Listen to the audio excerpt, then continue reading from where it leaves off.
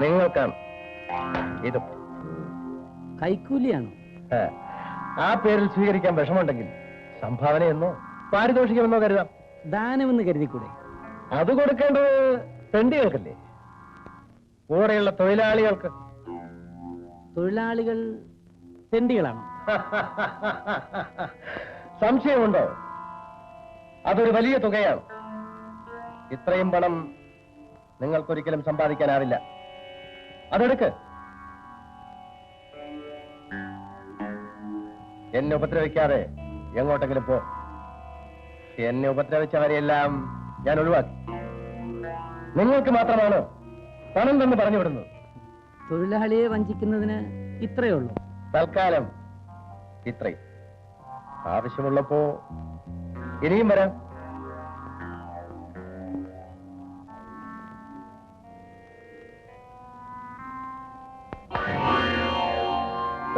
പട്ടി, നീ എനിക്ക് പണം തന്നെ പറഞ്ഞു വിടാൻ പോവല്ലേ? നിനക്ക് തൊഴിലാളി എന്ന് പറഞ്ഞ അറപ്പാണ്, വെറുപ്പാണ്. അവന്റെ വിയർപ്പിന്റെ വിലയാണടാ നിന്റെ ഈ പണം. പണം സമ്പാദിക്കാൻ വേണ്ടി അല്ലടാ ഞാൻ അവരെ സംഘടിപ്പിച്ചത്. ഞാൻ വിചാരിച്ചു നീ വെറും ഒരു സാധാരണ മുതലാളിയാണെന്ന്. അല്ല, നീ തൊഴിലാളിയുടെ ശവത്തിന് വേണ്ടി കാത്തിരിക്കുന്ന കഴുകനാണ്. നീ സ്ഥലം വിടുന്നുണ്ടോ ഇല്ലയോ? തൊഴിലാളി അവന്റെ അധ്വാനത്തിന്റെ വില നിന്റെ കയ്യിൽ നിന്ന് കണക്ക് പറഞ്ഞു വാങ്ങിക്കും. ആ കണക്ക് ഞാൻ അവരെ പഠിപ്പിച്ചു കഴിഞ്ഞു. ഇതെന്താണെന്ന് അറിയാമോ? ഇത് കണ്ട് പേടിക്കാനാണെങ്കിൽ പോലീസിനെയും പട്ടാളത്തിനെയും അല്ലേ പേടിക്കേണ്ടത്? മരിക്കാൻ എനിക്ക് ഭയമില്ല. തോക്കിന്റെ മുമ്പിൽ നെഞ്ചു കാണിച്ചുള്ള പാരമ്പര്യം എനിക്കുള്ളത്. അതെയോ? ഒന്നുകൂടി ആലോചിച്ച് നോക്ക്. ഈ പണം എടുത്തുകൊണ്ട് നീ സ്ഥലം വിടുന്നതാണ് നല്ലത്.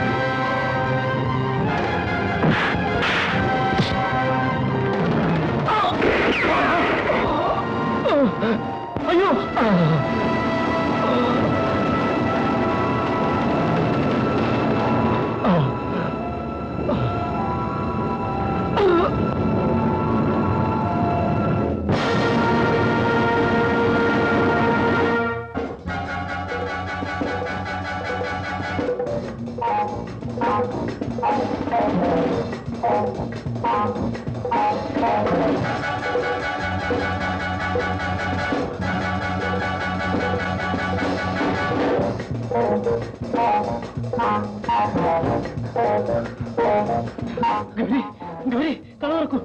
ഗൗരി,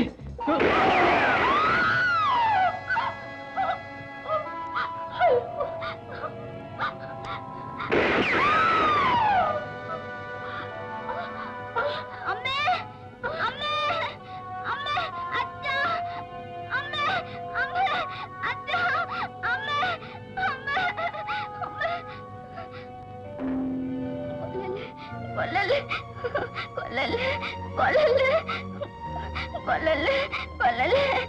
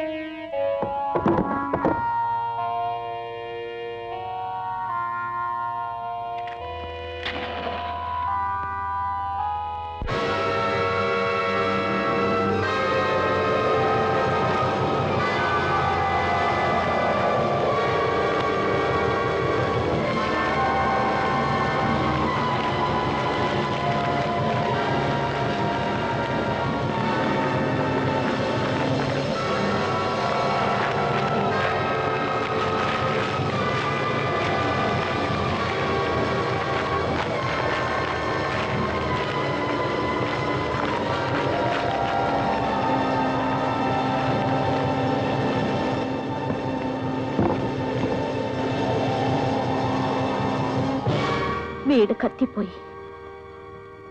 രാവിലെ എല്ലാരും ഉണർന്നു നോക്കിയപ്പോഴാണ് കണ്ടത്.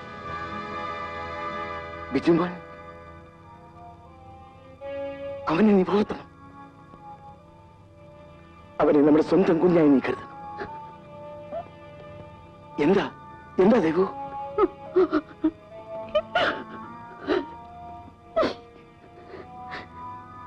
ബിജുമോനും മരിച്ചു.